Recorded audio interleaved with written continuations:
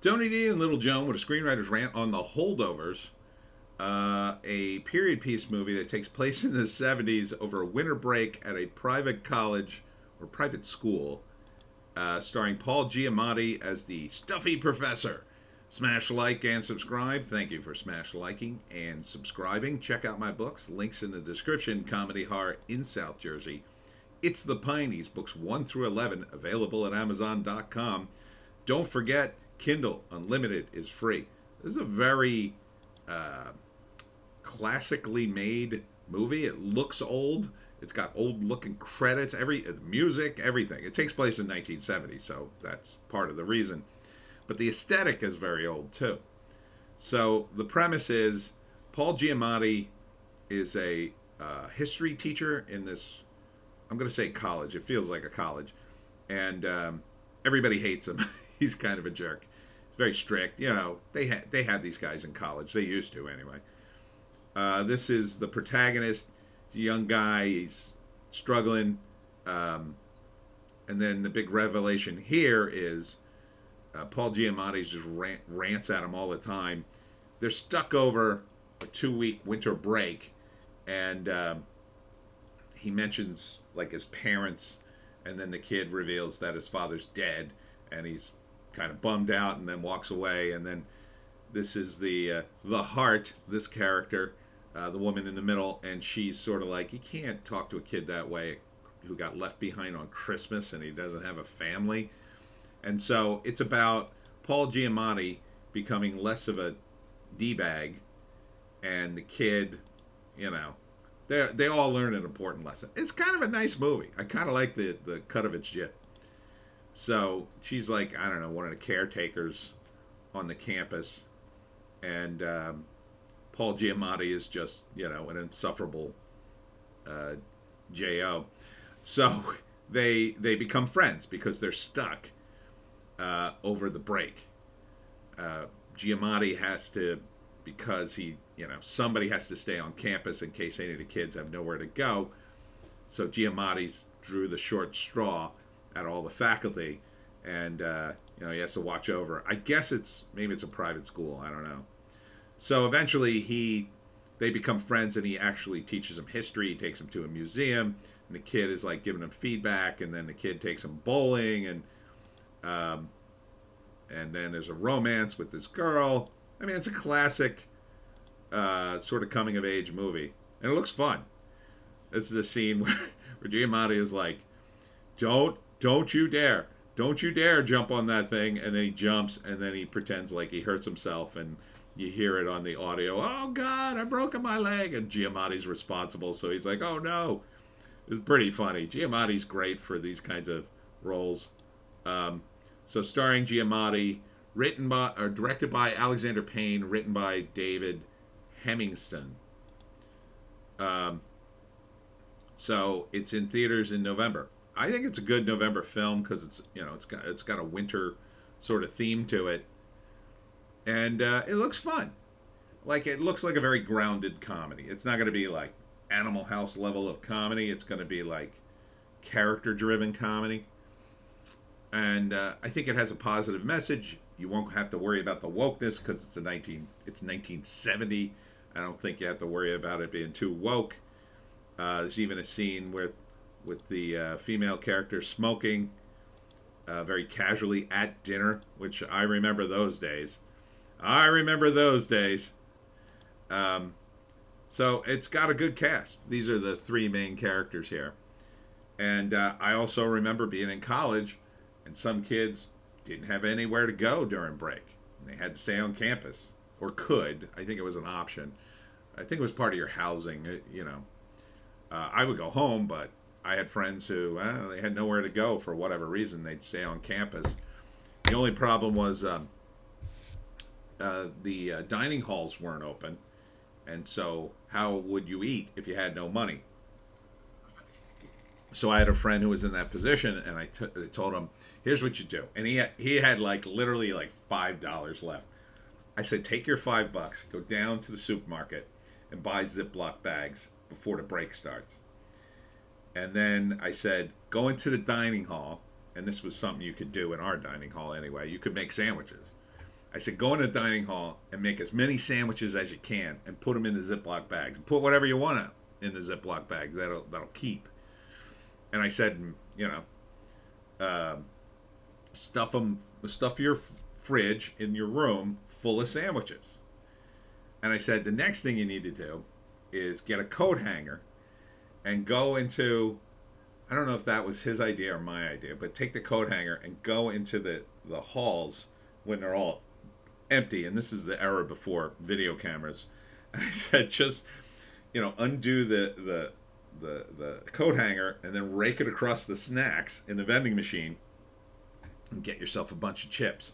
I forget what I guess I told him to get like a container and fill, you know, I mean, he could just drink water. There was water, but I said, if you want to get like a drink, I don't know, get like a bottle or something, fill it with milk or whatever. And that's what he did. And he survived like a week on, you know, food he stole, but he really didn't steal it. He had a meal plan. So, anyhow, getting to the movie, first act, it's school's in session. Everybody's failing Paul Giamatti's class because he's so stringent, or they're barely passing, and he's just a jerk. They all hate him, and they're all getting ready for break. It's going to be winter break. Everybody's going home for Christmas, but there's a handful of kids, for whatever reason, they can't go home, or they can't go home the whole time. They're only going to go for Christmas and then come right back. But this one kid can't. It's just him and his mom, and for whatever reason, he can't go home.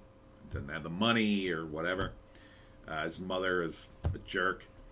Giamatti is stuck on campus, you know, taking care of the kids because he has to, and like one person has to do it, and he drew this short straw. The woman in the middle, she's sort of like she's more of support staff for the campus, so she's going to be there anyway. It's just a regular 9-to-5 gig. And so they end up sort of palling around together in the second act. First act's probably like right before the break, leading up to the break.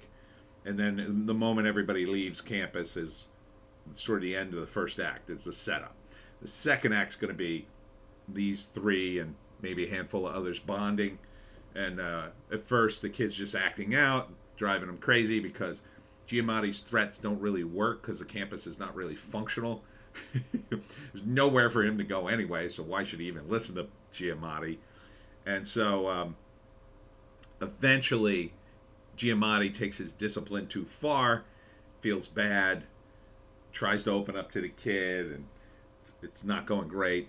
Eventually, though, they come to bond over history, and then the kid returns the favor by saying, you know, you got to do something other than, you know, stick your head in a book your whole life, and let's go bowling. So there's a scene where they bond over bowling, and then they become friends, and he helps Giamatti loosen up. Giamatti helps the kid pass the history class, and maybe in the process everybody else passes because Giamatti's not such a D-bag all the time, and maybe they all learn something about life. So then the third act, or probably the denouement, is everybody comes back from break and they're all shocked that Giamatti's not a jerk anymore. And so this looks like a fun movie. I like the aesthetic of it because it speaks to me. It's definitely something from the 70s and 80s in terms of that. It takes place in that era, so I recognize the music. I recognize everything about this. Now, does it speak to a modern audience? To some extent, yeah. I mean, there's still kids who go to college, they have breaks, and there's a lot of broken families out there. Might be stuck on campus. Now, the campus is a little different, but, you know, it's fun. It's still a fun concept of a movie. I think it's a little long in the tooth to be still doing movies about professors who are too stuffy and need to loosen up. But as those go, this seems at least to be high quality. And yeah, I would say it. It's more of an art house thing. It'd be a good date movie because it's going to end positively. It'd be fun. There'll be some laughs in it. Somebody my age would get it, definitely. Your mileage may vary on a date. I don't know. I think it's more of an art house thing. I don't think it would have a hugely wide appeal, but you know, it'd be nice to see a comedy. It's not woke at all. People smoking during dinner, people saying stuff that's not necessarily politically correct. But let's see, is there a write-up? Yes. New film by Alexander Payne, director of Sideways. I like Sideways. The Descendants, I didn't see, but I hear it's good. Paul Giamatti stars in The Holdovers in select theaters October 27th, everywhere November 10th. It is a very wintry movie. From acclaimed director Alex Payne, The Holdovers follows a curmudgeonly instructor, Paul Giamatti, at a New England prep school who is forced to remain on campus during Christmas break to babysit a handful of students with nowhere to go. Eventually, he forms an unlikely bond with one of them, a damaged, brainy troublemaker, newcomer Dominic Sessa, with the school's head cook, who has just lost his son in Vietnam. Oh, that's sad too. So it's about three people. They're kind of broken, but they kind of bond together. I don't know. Maybe Paul Giamatti starts dating her. It's the 70s.